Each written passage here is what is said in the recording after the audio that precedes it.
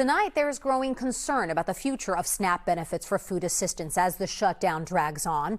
The Department of Agriculture has told states that it doesn't have enough money to support the nearly 42 million Americans who rely on SNAP.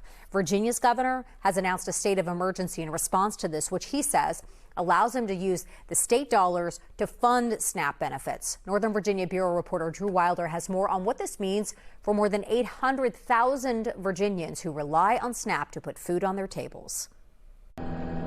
With each day Washington goes without resolving the lapse in government funding, American families struggle more. Today, hundreds of thousands of furloughed workers are missing their first full paycheck, and federal workers have been flooding area food banks, like the Fredericksburg Regional Food Bank, where Dan Maher is CEO. It's been heartbreaking to see some of the tears that are shed, some of the angst that has been emoted, and it is clearly a recognition that it is a time of unprecedented need for these people. And that really breaks our hearts as we deal with them, for sure.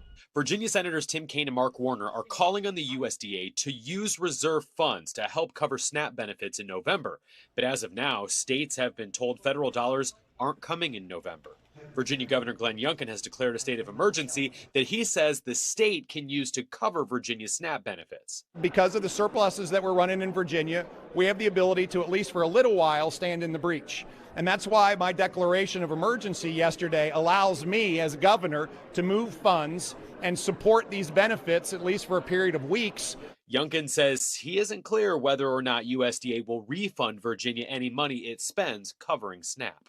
Grateful for the news that Governor Youngkin may be able to do something to release state funding. But until we get greater clarity on that, we're very concerned still for those 33,000 people who would obviously have a safety net ripped away from them. Reporting in Virginia, Drew Wilder, News 4.